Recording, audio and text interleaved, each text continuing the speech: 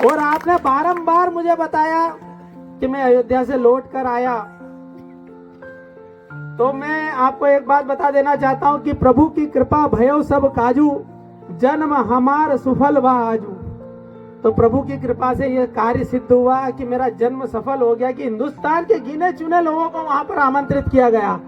और उन गिने चुने लोगों में मेरा नंबर कैसे आ गया वो परमात्मा जानता है, वो राम जी जाने, मेरे को नहीं मालूम कि कैसे नंबर लगा। बाकी मैंने जो समाज की सेवा, सर्व हिंदू समाज की, सनातन की सेवा पवित्र भाव से करी।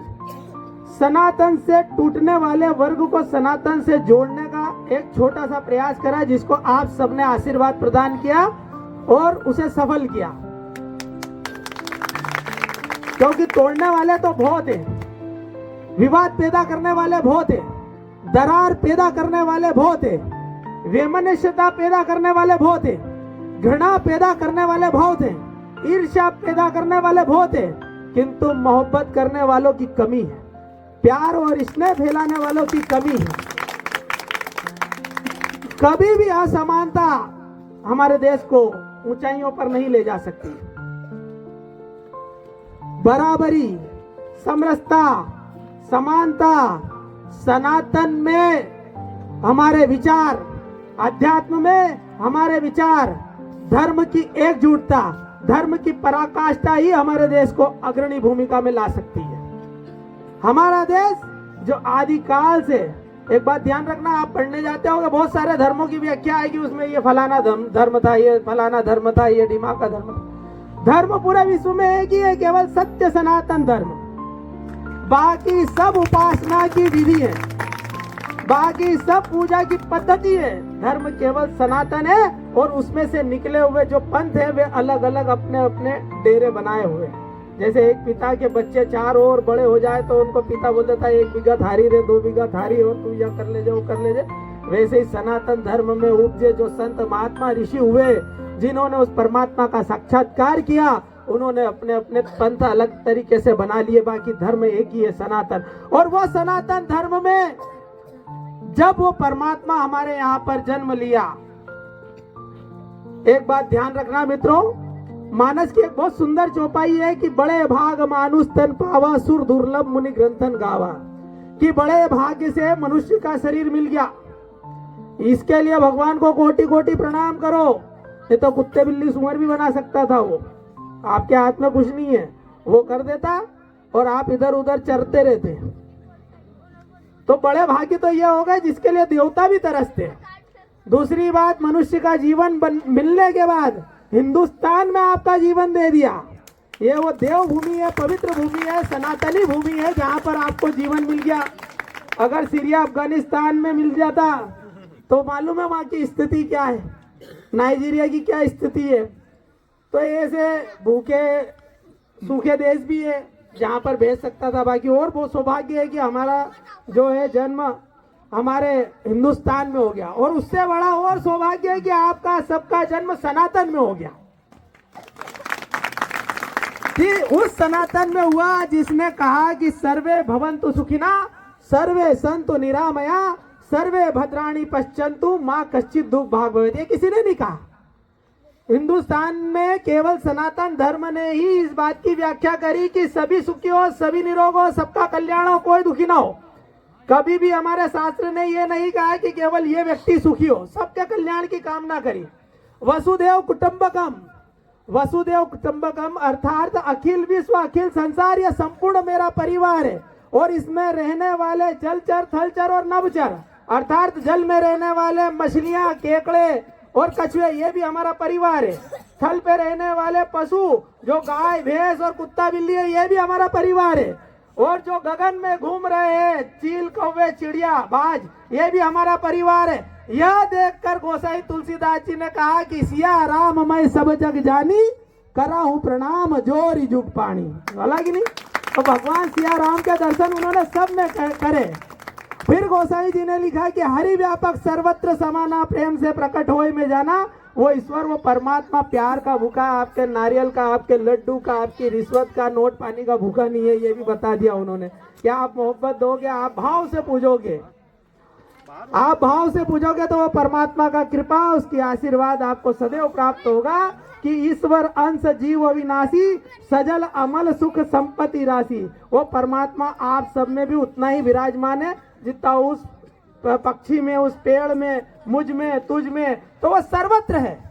राम यत्र तत्र सर्वत्र है। और ये बात मनुष्य को दर्शाने के लिए, बताने के लिए, मार्ग प्रशस्त करने के लिए, वो जब परमात्मा जन्म लेता है तो राम कृष्ण बुद्ध महावीर के रूप में जन्म लेता है। अन्यथा हम निराकार ब्रह्म भी पूछते हैं कि निराकार ओंकार मूलम तुरीयम गिरा ज्ञान गोतीतम ईशम गिरीशम करालम महाकाल कालम कृपालम गुणागार संसार पारम न तो हम। वो परमात्मा जिसकी ऊंचाई आकाश से भी ऊंची है और गहराई पाताल से भी नीचे है, तो वो परमात्मा को आकार नहीं दिया जा सकता। इसलिए उस परमात्मा ने आपको जीवन का दर्शन देने के लिए, आपको मनुष्य का जीवन कैसे जिया जाए, जीवन शैली आपकी कैसे हो, आपका कर्तव्य, आपका फर्ज, आपकी निष्ठा कैसी हो, इसलिए राम के रूप में जन्म लिया। और तब ये कहा गया कि यदा यदा ही धर्मस्य ग्लानिर्भवति भारत अभ्युत्थानम धर्मस्य तदात्मानं सृजाम्यहम् परित्राणाय साधूनां विनाशाय च दुष्कृतां धर्म संस्थापनार्थाय संभवानि युगे युगे।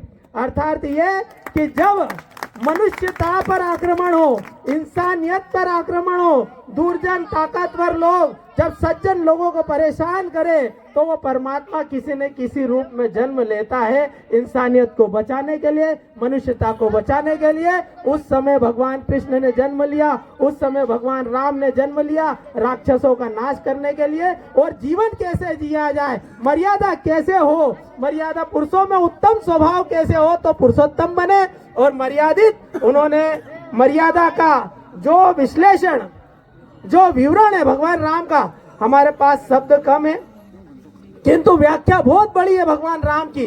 राम वो जो सब में रमा हुआ है, राम वो है जो सब में रमा है। तो एक राम दशरथ का बेटा, एक राम दशरथ का बेटा, एक राम घट घट में बैठा, एक राम का जगत पसारा, एक राम है जग से न्यारा। तो वो राम जो घट घट में बैठा है, जिसको आप और हम पहचान नहीं पा रहे थे, तो उनको आना पड़ा और बताना पड़ा कि आप दशरथ के बेटे के रूप में पहचान लो। और मैं जैसा जीवन जी रहा हूँ वैसा जीवन जियो, पिता की आज्ञा का पालन करो, माता की आज्ञा का पालन करो, मन में घृणा मत रखो, सबसे प्रेम रखो। एक आदर्श राजा की व्याख्या अगर भगवान राम के अलावा इस दुनिया में कोई नहीं कर सकता। जो प्रजा के प्रति उनका स्नेह भाव और न्यायाधीश राजा है वो राजा रामचंद्र है। एक आदर्श पति श्री राम के अलावा दूसरा कोई नहीं बता पाए। एक आदर्श भाई भी वही है, एक आदर्श मित्र भी वही है। उस समय के राजा लोग यदि कोई राज्य जीत लेते थे तो उस राज्य पे, वहां की स्त्रियों पे अपना आधिपत्य कर लेते थे। भगवान राम ने किष्किंधा जीता, और किष्किंधा जीतते वक्त जब बाली ने कहा, मोती भैया बहुत गौर से सुनना, कि बाली ने कहा कि राम जी सीता जी का पता लगाने के लिए आपने इसको बोला, और इसको जबरदस्ती मेरा विरोधी, मेरा छोटा भाई जिसने मेरे साथ गलत किया नहीं था, बाकी ऐसा बोला कि मैं बेरी सुग्रीव प्यारा कारण कवन नाथ मोही मारा। भाई मैं बेरी क्यों हो गया, मैंने तो तुम्हारा कुछ बिगाड़ा ही नहीं। आप मुझसे बोलते सीता जी को लाने का, मैंने 21 महीने तक जो है उसको आंख में दबा के रखा रावण को। मैं जाता और यूं ही उसको बोल देता कि बेटा लौटा दे, वो लौटा देता सीता जी को। तो बाली ने कहा भगवान से कि मैं बेरी सुग्रीव प्यारा कारण कवन नाथ मोही मारा। भगवान श्री राम ने कहा अनुज वधु भगनी सुत नारी।